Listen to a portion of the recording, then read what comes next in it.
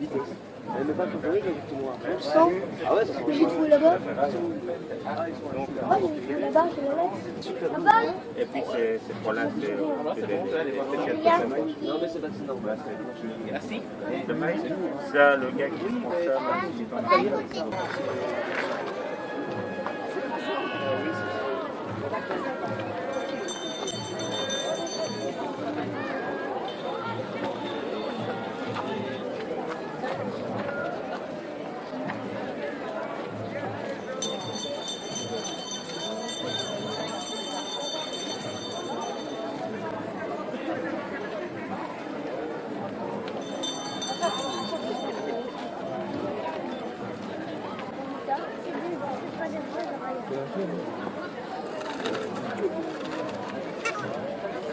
Bon, allez, on va vendre le sujet à Sébastien.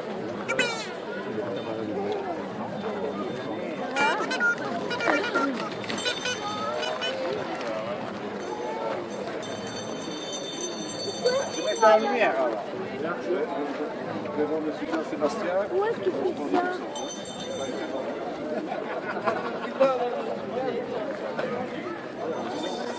Je crois que c'est de la magie, non?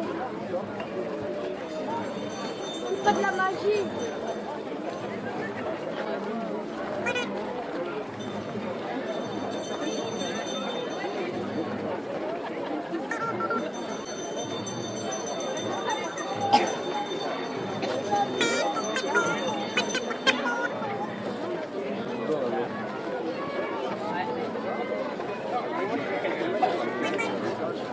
Vous restez là encore.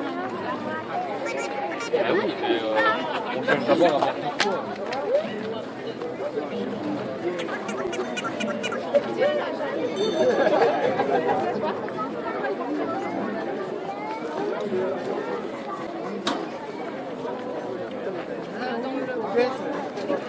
Oui,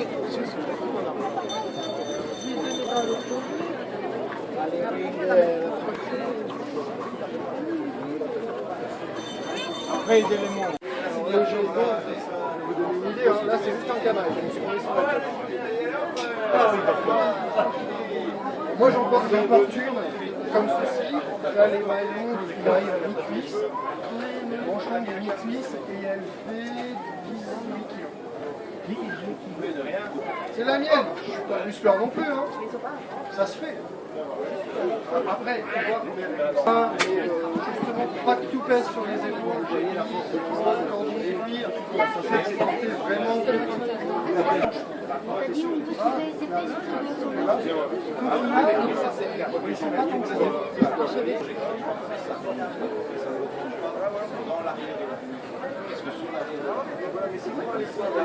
On m'a fait tenir une clé qui semblait lourde. Ça ne doit pas être lourd. Mais maintenant, Un minimum de poids quand même. Allez, 15 kilos. C'est entre 25 et 30. j'allais dire 25, mais je n'ai pas osé. Avec une épée, c'est entre 25 et 30 kg. Voilà, selon les pièces d'armure, leur épaisseur. Parce qu'évidemment, plus vous prenez des pièces d'armure épaisses, plus elles sont solides. Voilà, donc on essaie de faire la part entre, typiquement en général, le casque on se prend assez épais parce que les coups sur le crâne sont toujours malvenus. Et alors que des coups sur les jambes, etc., on en prend peu. Et dans l'absolu, c'est moins grave. Bien mieux une jambe cassée qu'un casque, qu'une tête. Moi, je me pose la question suivante. Avec ça, je fais même une galette cachée. Je fais une roulade avec ça.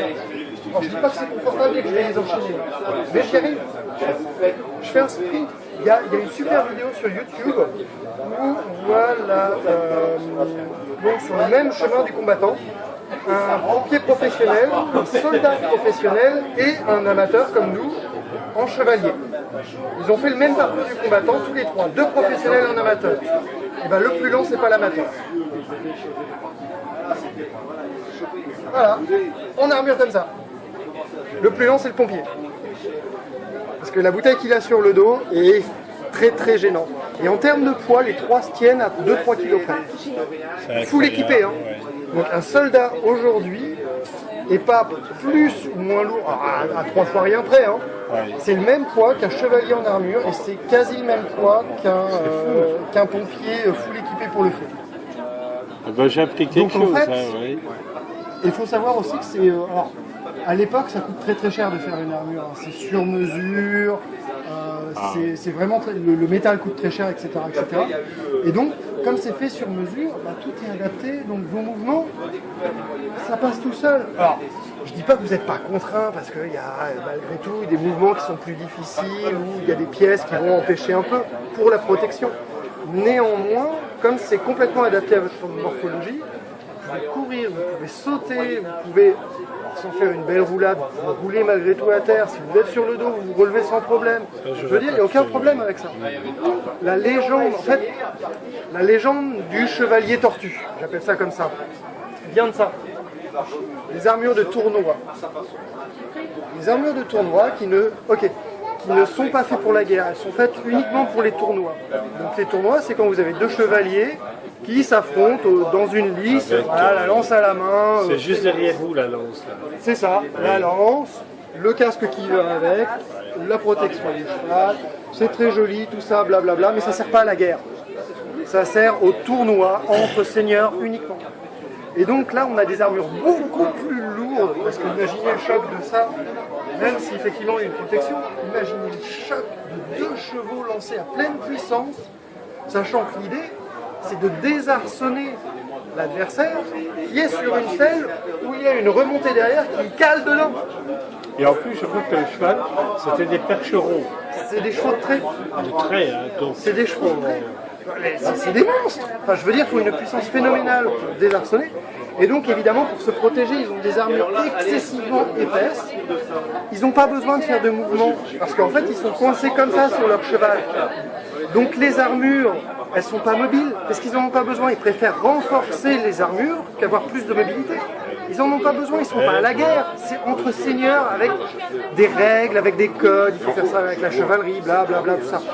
Et donc, la légende du chevalier tortue vient de ces armures-là, qui en fait ne sont pas faites pour combattre. Elles sont faites uniquement pour les joueurs. Donc il y a bien un cas, effectivement, où sur le dos pas bouger. C'est à cause de ces armures qui sont lourdes et pas faites pour le mouvement. J'ai appris quelque chose. Merci beaucoup, monsieur. Avec plaisir.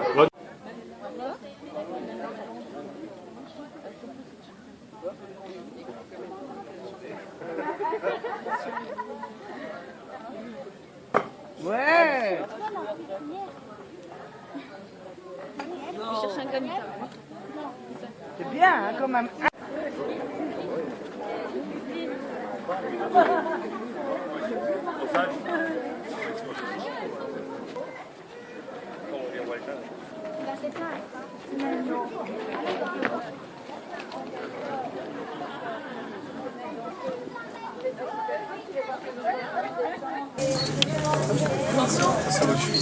Fais-la. Un partenariat et je vois